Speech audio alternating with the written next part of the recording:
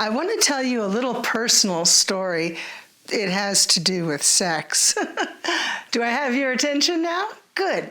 All right. So there's a lot of stuff in the news lately in politics about women's rights and contraception, and particularly abortion. So I wanted to share a little personal story with you. I grew up with just myself, my grandmother, and sometimes my mother in the house, and that was it.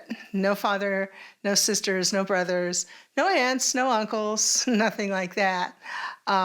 My grandmother had a sister, and she was married to a man, and when we had Thanksgivings and Christmas gatherings and stuff like that, that's who was there. It was my grandmother, my grandmother's sister, and her husband, and my mom, and that was it. So I always wanted a big family, okay? So when I got married, and I got married pretty young, I got married at the age of 19. One of the first things I wanted to do was get pregnant so that I could have a family. Well, my first pregnancy ended in a miscarriage, and I had never been pregnant before. I never had a miscarriage before. I didn't know what to expect, so I didn't know how much blood loss was normal. But I knew that I was running into problems. I couldn't stand up without fainting. And of course, I was concerned about what was going on. So we went to the hospital. And the normal treatment for a miscarriage is a procedure that's called a D&C. And what they do is they go in and they make sure that the contents of your uterus is all out so that you don't get septic and die.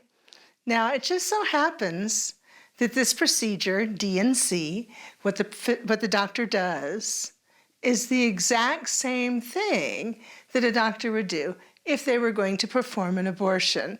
The only difference is what they're cleaning out is a fertilized egg, as opposed to the remains of a miscarriage, okay? So either way, they did not do that to me. And I just kept bleeding and bleeding, and I was so weak, but nobody said anything. Okay, fine. So I tried to get pregnant again, and I had another miscarriage. And again, I tried to get pregnant, and I did, and I had another miscarriage.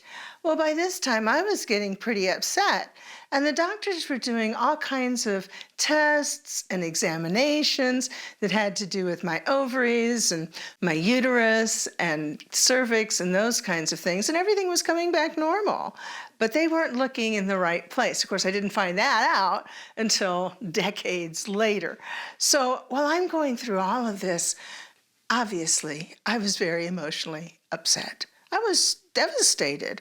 I wanted to have a baby, and everywhere I turned around, people were talking about unwanted and unplanned pregnancies and birth control and how to prevent an unwanted pregnancy, and all my friends were pregnant, and it was very disappointing to not be able to be a normal person getting pregnant and having a healthy, normal pregnancy.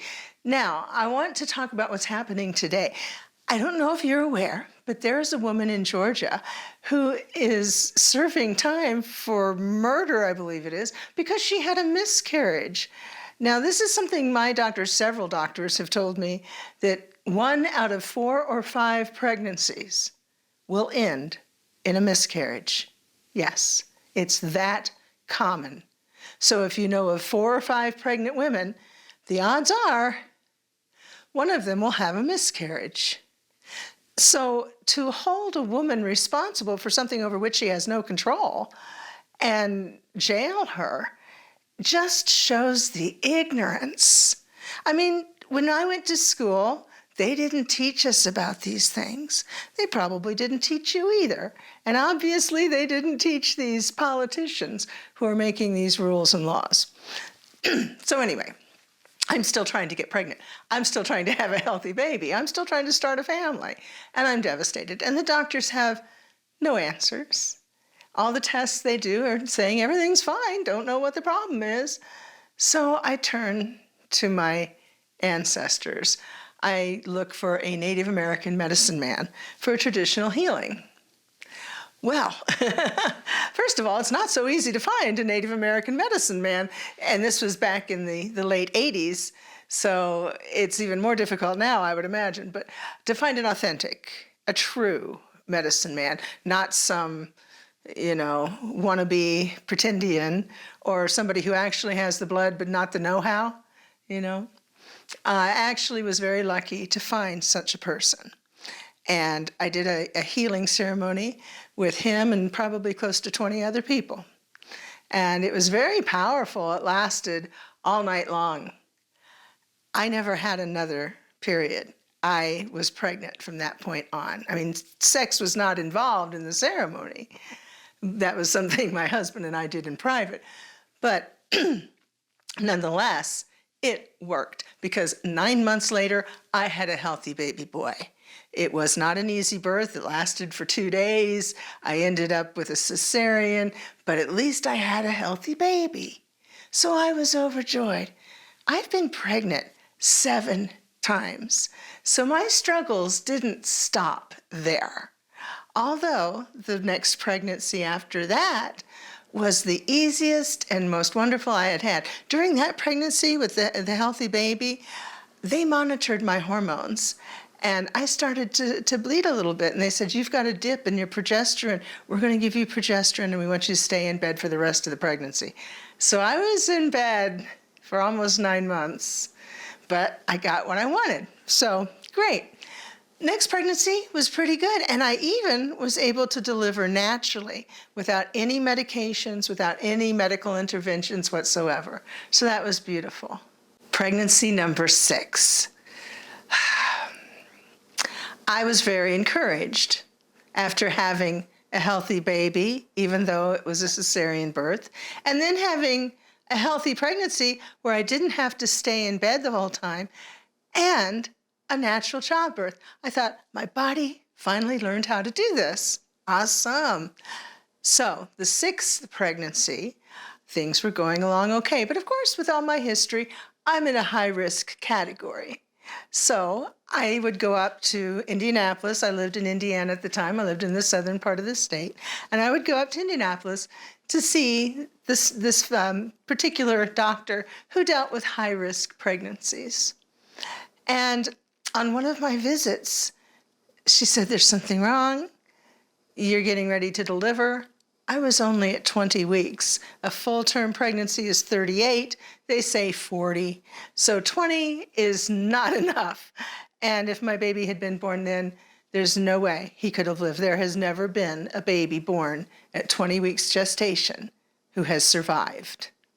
So I knew this was not good. And they put me in the hospital. Well, the next day, my water broke. And the baby's heartbeat was getting worse and worse and slower until there was nothing they could detect. However, in the state of Indiana, even back then, and this was in 1997, it was illegal to induce labor or to have an abortion, whatever words, whatever terminology you want to call it, to end my pregnancy because I was so far along. It had to end naturally. The doctor said, you are 3 days away from that deadline. If we wait to that deadline and your body doesn't go into labor naturally, you'll go into sepsis.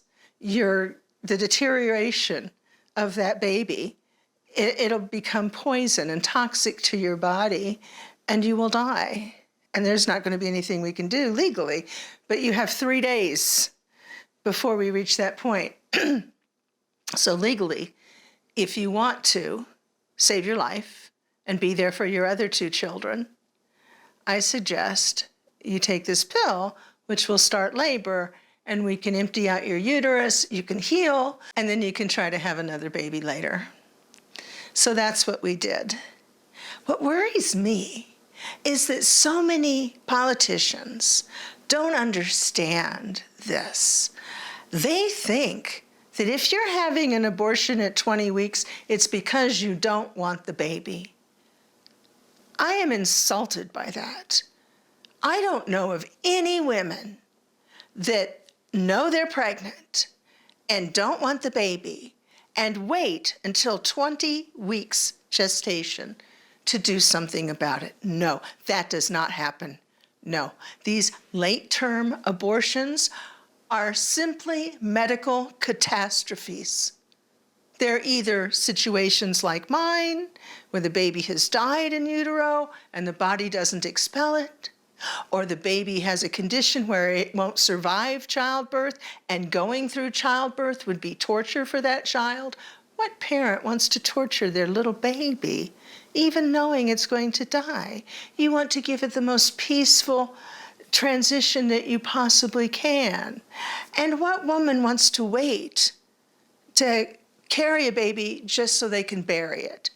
If you want a baby, you want to get that baby out as fast as you can so your body can heal, so you can try again to have another healthy baby. So these people that are complaining about so-called late-term abortions, first of all, they don't know what they're talking about. They don't know medicine. How can you practice medicine without a license? That's supposed to be against the law, but yet they're doing it. And women are being harmed as a result. That's why we say abortion is health care, because it really is. Yes, there are women who use it as a backup because their birth control didn't work or whatever, and they don't want to have a baby. But those are the women that do it in the beginning, in the first trimester. By the time you get this far along in your pregnancy, you want that baby. And the only reason that you would terminate the pregnancy is because it's not viable. That means that something's going to die, usually the baby, and possibly even the mother. These women usually have other children like I did. I didn't want to leave my children without a mother. They were still in grade school. They needed me. My husband loved me. He needed me. We wanted to try again. So these politicians that are complaining about late-term abortion, every time they open their mouth and say that, it just shows me that they don't know what they're talking about. They don't understand the circumstances that surround such a decision. And they have no concept of what it's like to have to go through that, to have to know that you're going to have to bury your baby. I can't talk about this anymore. But I wanted to put that out there because people need to know. And here's the good thing. I did have a 7th pregnancy, and it did result in a healthy baby boy. So if they had denied me health care, if I had waited those 3 weeks and I had died, that child, that man, because he's a man now, he would never have been born. He wouldn't be here. Again, these people don't understand the facts of life. Thank you for watching.